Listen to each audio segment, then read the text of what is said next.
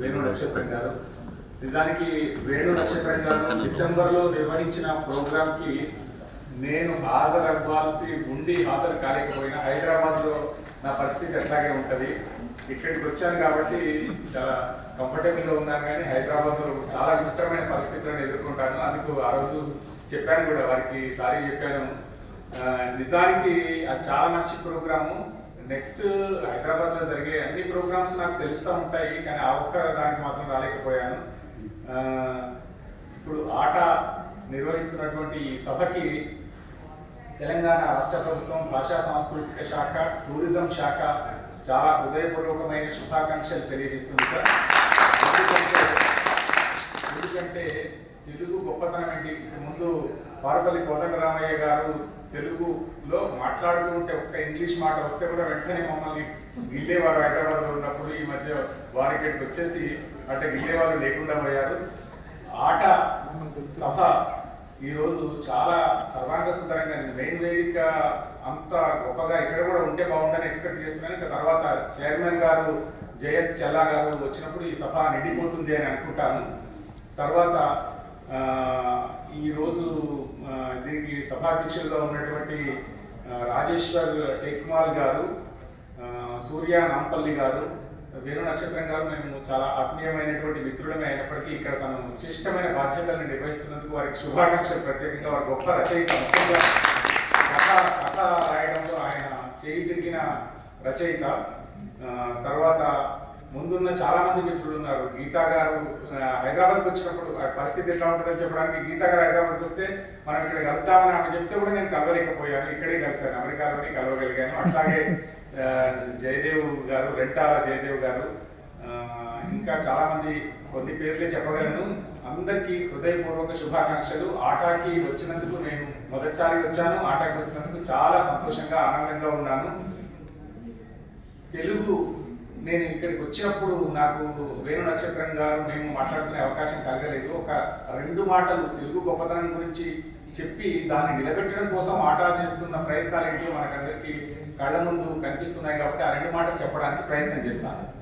ఏంటంటే, తెలుగులో 1000 ఏళ్లకు తక్కువ కవిత్వం ఉంది అని ఒక చర్చ జరిగినప్పుడు 1000 ఏళ్ల కంటే ముందు నుండే కవిత్వం ఉంది అని నిరూపించడానికి బొమ్మలగుట్ట శాసనం ఒకటి బాగా పనిచేసి ఇప్పుడు మనం ప్రాచీన భాషగా ఒక గౌరవాన్ని పొందుతూ ఉన్నాము. దీంట్లో ఇంత ప్రాచీన భాషలు మనకు 1000 ఏళ్ల నుంచే దొరుకుతూ ఉంది.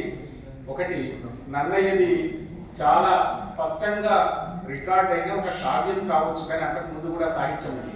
నన్నయ్య గురించి చెప్తే ఒక 2 నిమిషాలు, 5 నిమిషాలు, 10 నిమిషాలకు మించకుండా అంటే సాధ్యం కాదు. కాబట్టి 1 నిమిషంలో ఒక మాట చెప్పుకోవచ్చు. ఆయన సందర్భాన్ని ఎంత గొప్పగా వెలిగించారు అని చెప్పడానికి ఒక్క మాట చెప్తాను.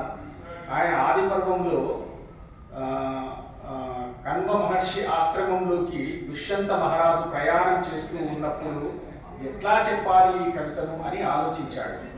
మనకు ఉత్పలమాల, చంపకమాల, శార్దూలము, పత్తేభాలతోటి దాన్ని చెప్పడం అందంగా ఉండదు అని భావించి ఆయనకు ఒక ఊహ వచ్చి ఉంటుంది నేను అనుకుంటా. ఇప్పుడు మనం ఈ కాలంలో 5 ఏళ్లకు మంత్రులుగా, ముఖ్యమంత్రులుగా, ప్రధానమంత్రులుగా ఉండిపోయే వాళ్ళ పటాటోపం చూస్తేనే మనం కళ్ళు తేలేస్తున్నాము.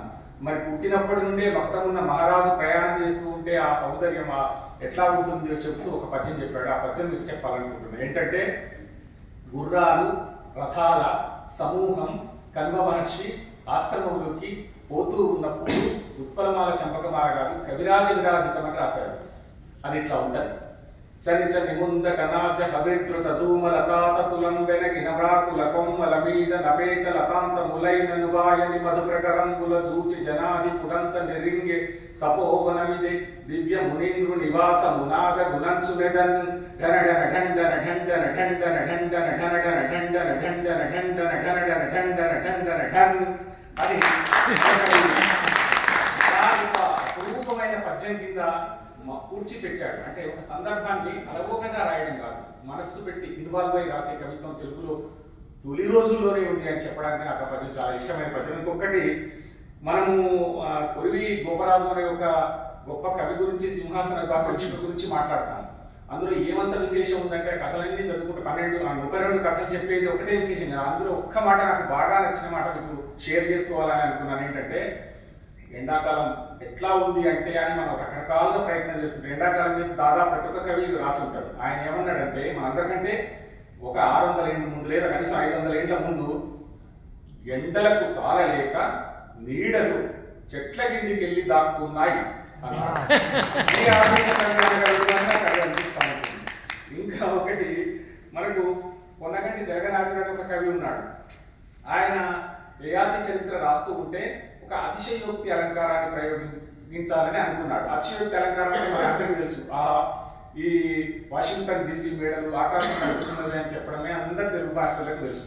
కానీ ఆయన అదే మేడల్ని ఇంకొక రకంగా చెప్పాడు. ఏంటంటే ప్రాగ్జ్యోతిషపురం మీదుగా ప్రయాణం చేస్తున్నటువంటి సూర్యుడు ఆ ప్రాగ్జ్యోతిషపురం మేడలను దాటలేక ఎడమ వైపు నుండి జరిగి ప్రయాణం చేశాడు అని చెప్పాడు. అక్కడితో ఆగితే ఇప్పటిదాకా ఆయన గుర్తు చేసుకోకపోతున్నామేమో. సాయంత్రం అయిందట. ఇప్పుడు చంద్రుడు ప్రయాణం చేస్తున్నాడు. ప్రాగ్జ్యోతిషపురం మేడల మీదుగా ప్రయాణం చేయవలసినటువంటి చంద్రుడు ఆ ప్రాగ్జ్యోతిషపురంలోని అంతఃపుర కాంతల ముఖార విందాలను చూసి తాను చిన్నపుచ్చుకోవలసి వచ్చుతుందేమోనని కుడివైపు నుండి జరిగిపోయాడు. మనకు అతిశయోక్తి అంటే మనకు ఒకటి అతిశయోక్తి, చపలాతిశయోక్తి, అక్రమాతిశయోక్తి, అత్యంతాతిశయోక్తి లాంటి ఎగ్జాంపుల్స్ ఉన్నాయి. వీటన్నింటిని దాటి ప్రయాణం చేసింది ఆయన. ఒక ఎగ్జాంపుల్ ఏంటంటే మనం మామూలుగా చాలా గొప్పగా రాయాలంటే, ఓ రాజా నీవు బాణము వేయుట శత్రువు ప్రాణము విడుచుట ఏకకాలంలో జరిగేను అంటాం మనం. అది ఇట్లా వీడు బాణం వేయాలి, తర్వాత ప్రయాణం చేయాలి, వాడికి తగలాలి, అప్పుడు చావాలి కదా. దీన్ని అక్రమంగా చెప్పాడని అక్రమాతిశయోక్తి అన్నాం. అట్లా కాకుండా అత్యంత అతిశయోక్తి అంటే ఏంటంటే, ఓ రాజా శత్రువు మొదట ప్రాణం విడిచదు, విధప నీకు బాణం విడిచదు. వీటిని చెప్పుకునేది. వీటిని దాటి ప్రయాణం చేసి ఒక గొప్ప అద్భుతమైనటువంటి అలంకారాన్ని ప్రయోగించిన ఒక యయాతి చరిత్రని గురించి మనం మాట్లాడుకోవచ్చు.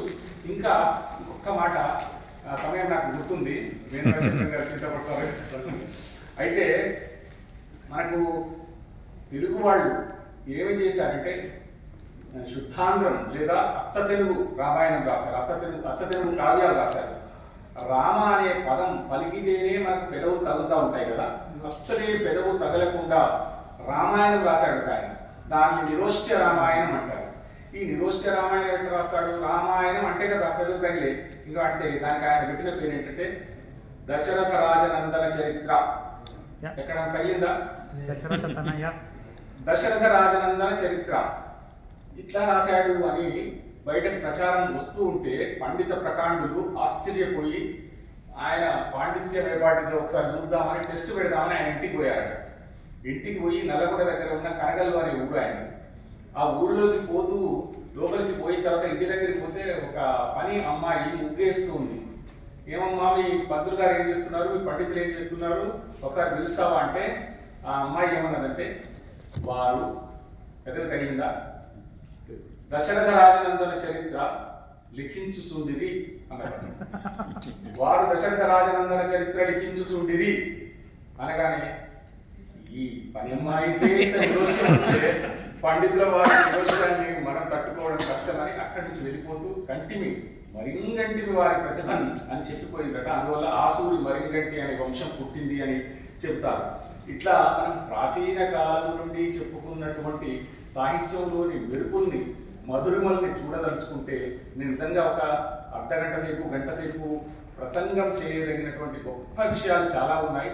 ఇక మీకు మనకందరికీ తెలుసు, ఆధునిక కాలంలోకి వచ్చేటప్పటికి ఒక కొత్త ఛందస్సును గుర్తించి గురజాడ అప్పారావు గారు ఒక మంచి సామాజిక వస్తువుకు కొత్త ఛందస్సు ఎట్లా ఉపయోగపడుతుందో చెబుతూ కొండకు నడుమను కోనొకటి ఉన్నది, కోనకు నడుమ కొనొకటి ఉన్నది, కొనకు నట్టున కోవెల లోపల వెలసను బంగారు దుర్గమ్మ, ఏ ఏ వేళ పూజే పువ్వులు ఆయా వేళ అందించి బంగారు దుర్గను భక్తితో కొలిచిది అమ్మరకమ్మ దుర్గమ్మ.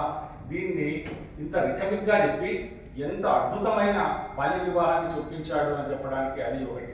తర్వాత మనందరికీ తెలుసు విశ్వనాథ సత్యనారాయణ గారు ఒక నవల రచయితగా, కథకుడిగా, కవిగా ఆయన పుట్టించినటువంటి కిన్నెరసానికి కథ ఎంత అపురూపమైంది. తర్వాత ఒకసారి ఆలోచిస్తే గుర్రం జాషువా ఫిరదౌసి అనే కథలు ఎన్ని కాల్పనికతలు జోడించి ఒక కవి చనిపోయిన తర్వాత అతనికి ముట్టాల్సినటువంటి పారితోషికం ముట్టే కథల్ని ఇట్లా ఆలోచిస్తూ ఉంటే అద్భుతమైన కవిత్వం ఎక్కడ ఉంది అంటే తెలుగులో ఉంది అని తెలుగేతరులంతా తెలుసుకోవాల్సినటువంటి అవసరం ఉన్నది. కానీ బాధ ఏంటంటే మనం హిందీ నుంచి, ఇంగ్లీష్ నుంచి ప్రేమ్చంద్ని, గాలిబుని, గురజాడ కాదు సార్, ఠాగూర్ని, షేక్స్పియర్ని అందరినీ తెలుగులో చదువుతాం. కానీ తెలుగు వాళ్ళు ఒక్కరిని కూడా బయట ఎవరు చదువుతున్నారా లేదా అనే ఒక సందేహం ఉంది. ఈ సందేహాన్ని పటాపంచలు చేయడం కోసం ఆటా పనిచేస్తుందని ఆశిస్తూ, ఆటాకి మమ్మల్ని ఆహ్వానించినందుకు, మమ్మల్ని ఇక్కడికి తీసుకొచ్చిన మా మంత్రి పుల్పల్లి కృష్ణారావు గారికి, మమ్మల్ని ఇక్కడికి వెంట ఉండి నడిపించుకొచ్చినటువంటి ఉపేందర్ రెడ్డి గారు, ఎగ్జిక్యూటివ్ డైరెక్టర్ గారికి ధన్యవాదాలు తెలియజేస్తూ, మరీ ముఖ్యంగా ఆటా సంస్థ వారికి హృదయపూర్వకమైన అభినందనలు, నమస్కారం.